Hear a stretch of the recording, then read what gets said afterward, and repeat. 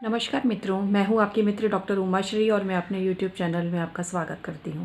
मित्रों, बहू कब खाना खाए? पति को खाना खिलाने के बाद या सास ससुर को खाना खिलाने के बाद बहू कब खाना खाए? बहू के खाने का क्या टाइम होना चाहिए? आज के वीडियो में यही आपको मैं बताने जा रही हूँ। मित्रों, ये रिक्वेस्टेड वीडियो है। ये बहुत सी बहनों की समस्या है, बहुत से घरों की समस्या है जो कि सॉल्व नहीं हो रही है कई घरों में। बहू भी एक इंसान है। कई कुछ लोग तो इसको समझना ही नहीं चाहते। कुछ लोग सिर्फ ये समझना चाहते हैं कि बहू गैर इंसानी, कोई भगवान की क्रिएट की हुई कुछ ऐसी वस्तु है जिसका कोई जीवन नहीं है, जिसको अपने हिसाब से कुछ खाने पीने का अधिकार नहीं है। उसकी ज़िंदगी सिर्फ दूसरों की सेवा पर ही निर्भर है, जैसे कि वो कोई इंसान ही नहीं है। ये सत्य घटना है, सत्य बात है जो कई घरों में घटित होती है। अक्सर हम लोग ये सोचते हैं कि हम लोग एडवांस हैं या हम लोग पढ़े लिखे हैं, लेकिन कई बार पढ़े लिखे घरों में भी इस तरह की घटनाएं होती हैं मित्रों। तो आज के वीडियो में इसी प्रॉब्लम को सॉल्व करने की कोशिश कर रही हूँ और सासू माँ और ससुराल वालों को भी ये संदेश दे रही हूँ कि ये जो प्रॉब्लम अगर आपके भी घर में चल रही है तो किस तरह से इसको सॉल्व करें। मित्रों, सबसे पहली चीज़ तो ये है कि बहू को पहली बात तो ससुराल के प्रति पॉजिटिव एटीट्यूड रखना चाहिए। कई बार सास उसको वैसे ही टोकती है किसी बात के लिए तो वो बात का बतंगड़ बना लेती है और अपनी सास को माँ से कंपेयर कर लेती है। माँ से कंपेयर नहीं करना चाहिए, क्योंकि सास सास होती है, माँ माँ होती है। सास सास होने का मतलब ये नहीं है कि सास खराब है। सास भी एक प्रकार की माँ है।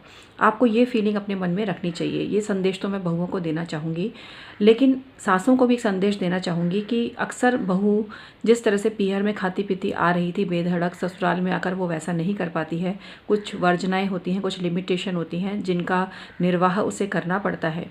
लेकिन आज के इस बदलते हुए दौर में जब आप घाघरा लुगड़ी और सिर के पल्लू से हटकर स्कर्ट टॉपर और जीन्स और इस आधुनिक परिवेश वाले कपड़ों पर आ गए हैं, क्योंकि बहुत से परिवारों में मैंने देखा है जहाँ पर बहुओं को खुली छूट दी जाती है। इवन बहू शॉर्ट तक पहनती हैं और ससुराल वाले बड़े गौरवान्वित महसूस करते हैं। मैं ये नहीं कह रही कि गौरवान्वित होने का आधार छोटे कपड़े हों या एडवांस कपड़े ही हों, लेकिन सोच तो आधुनिक हो सकती है ना। सोच में फिर इतना पिछड़ापन क्यों? बहू ठीक है, पति को खाना खिलाकर खाए, सास ससुर को खाना खिलाकर खाए, ये अच्छी बात है। लेकिन कई कई घरों में ऐसा होता है कि पति रात को 12 बजे तक खाना खाते हैं और बहू को 8-9 बजे ही भूख लग जाती है।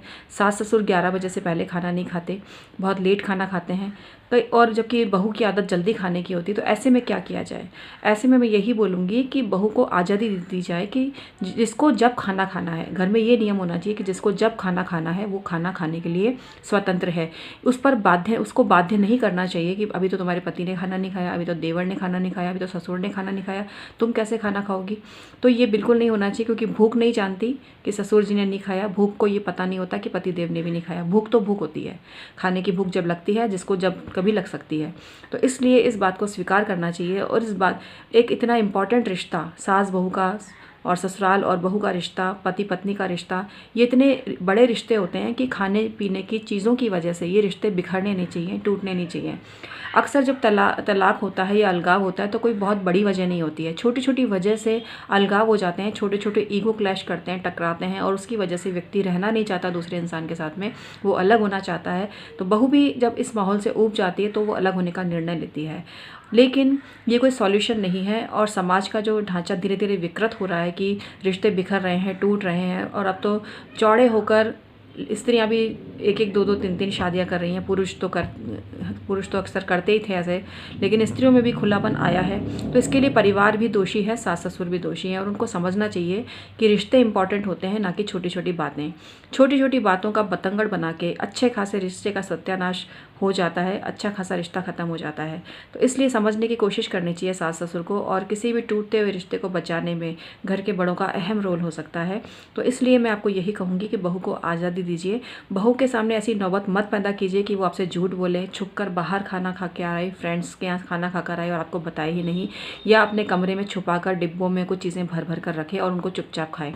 ऐसे स्थिति अगर घर में होती है तो मैं इसके लिए बहू को दोषी नहीं बताती, मैं ऐसी स्थिति के लिए सास ससुर को ही दोषी मानती हूँ। आपको एक इंसान समझना चाहिए और उसकी ज़्यादा केयर करनी चाहिए। तो देखिएगा फिर बहू कैसे आप पर अपना प्यार नहीं लुटाती। ज़रूर वो आप पर अपना प्यार लुटाएगी और वो स्वयं अपने कर्तव्यों को करने के लिए स्वयं सोचेगी। कर्तव्य कभी भी किसी पर थोपे नहीं जाते, कर्तव्य वो होते हैं जो इंसान अपने भीतर से स्वयं महसूस करे।